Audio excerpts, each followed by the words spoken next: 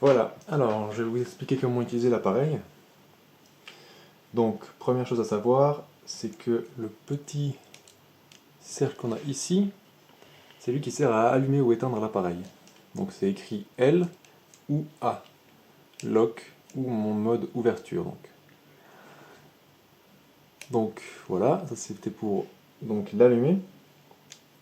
Et je vais directement vous montrer comment insérer une pellicule dedans. Donc pour ce faire, commencez par ouvrir le boîtier. Il faut tirer hop là, sur la chose qui sert à enrouler en fait le film une fois qu'on a terminé, et encore un peu plus dessus jusqu'à ce que le boîtier s'ouvre. Ensuite on n'a qu'à insérer notre pellicule, donc dans ce sens là, avec le L de notre pellicule qui est vers le bas, enfin en forme de L du coup, on peut remettre ça, voilà. Puis maintenant il va suffire de tirer et insérer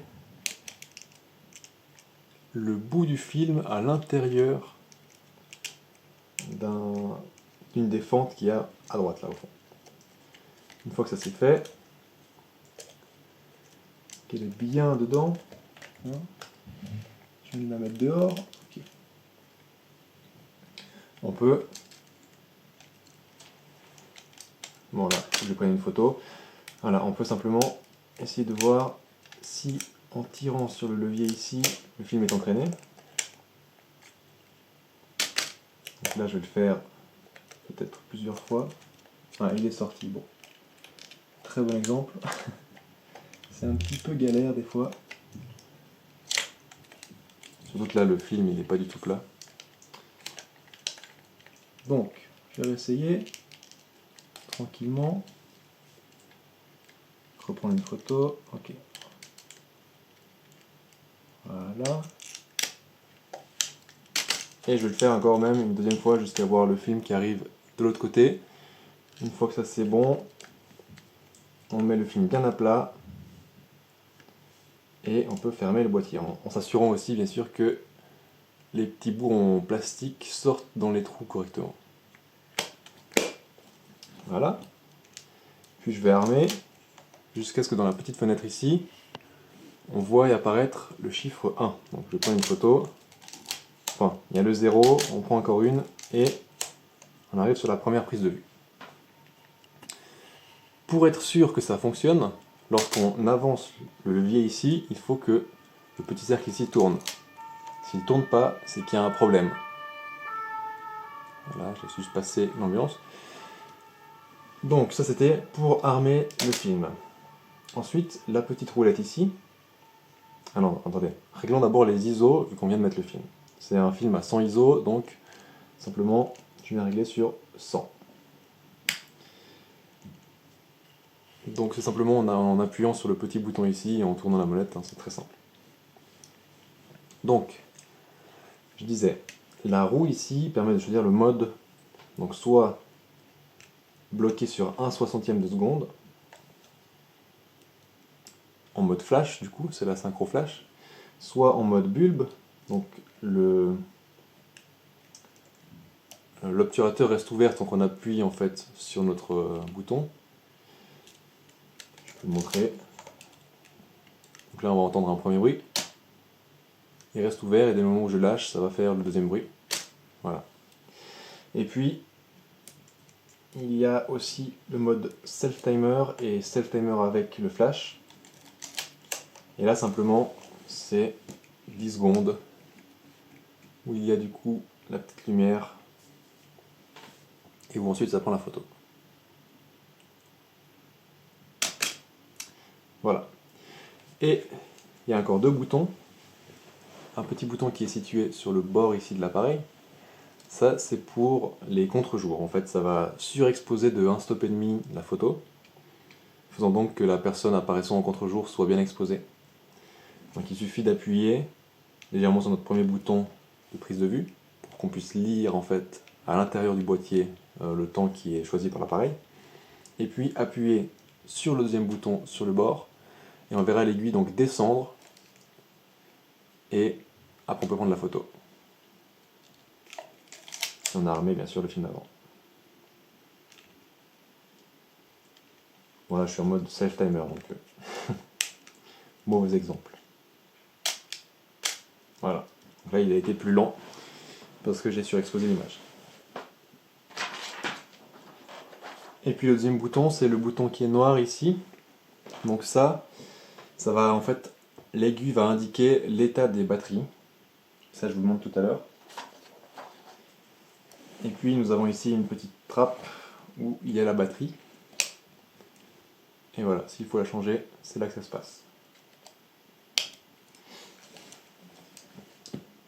Du coup, je vais vous montrer comment encore changer d'objectif. Donc là, c'est un peu particulier parce que c'est des objectifs qui ont été faits par Tamron pour pouvoir s'adapter sur n'importe quel boîtier avec une petite bague d'adaptation. Donc la bague, on doit la changer d'un objectif à l'autre pour pouvoir mettre... voilà. Donc là, il y a un petit point rouge qu'il faut aligner en fait avec l'autre point rouge en dessous du sigle Canon pour pouvoir sortir l'objectif. Donc ça, c'est tout simple. Et l'objectif il s'en va comme ça. Quand on doit le mettre, simplement on aligne les deux points rouges et tout seul il va légèrement partir sur la droite, un petit peu.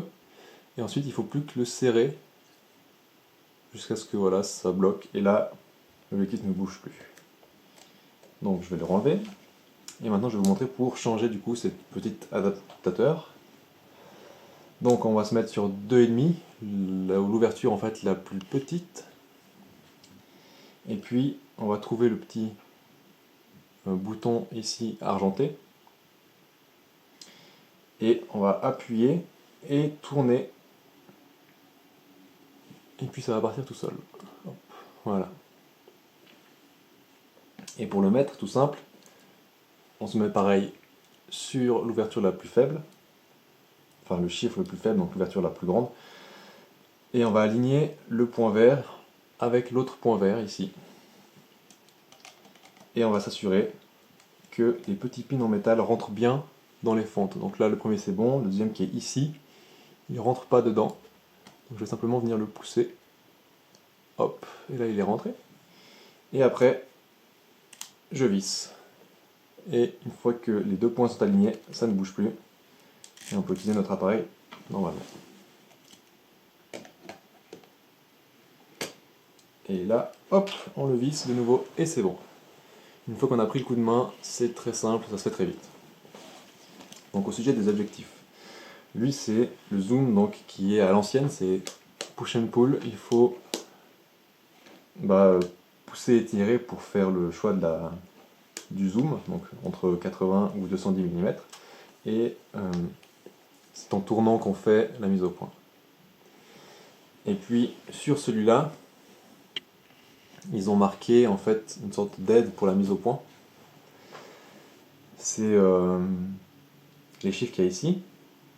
Donc, par exemple, si on est à 16, F16, on peut savoir que la zone de netteté se situe entre le premier point 16 et le deuxième point 16. Donc en général, ce que je fais moi, c'est que je mets l'infini sur le premier point, donc le centre de l'infini, là, et maintenant je sais que tout est net de l'infini jusqu'à 0,7 m. Donc en fait, voilà, tout est net sur la photo. Donc ça, il y a sur le petit, et il n'y a pas ça sur le grand, malheureusement. Enfin, il y a ça, mais c'est un peu plus compliqué, en fait. C'est selon aussi à quel point on zoome.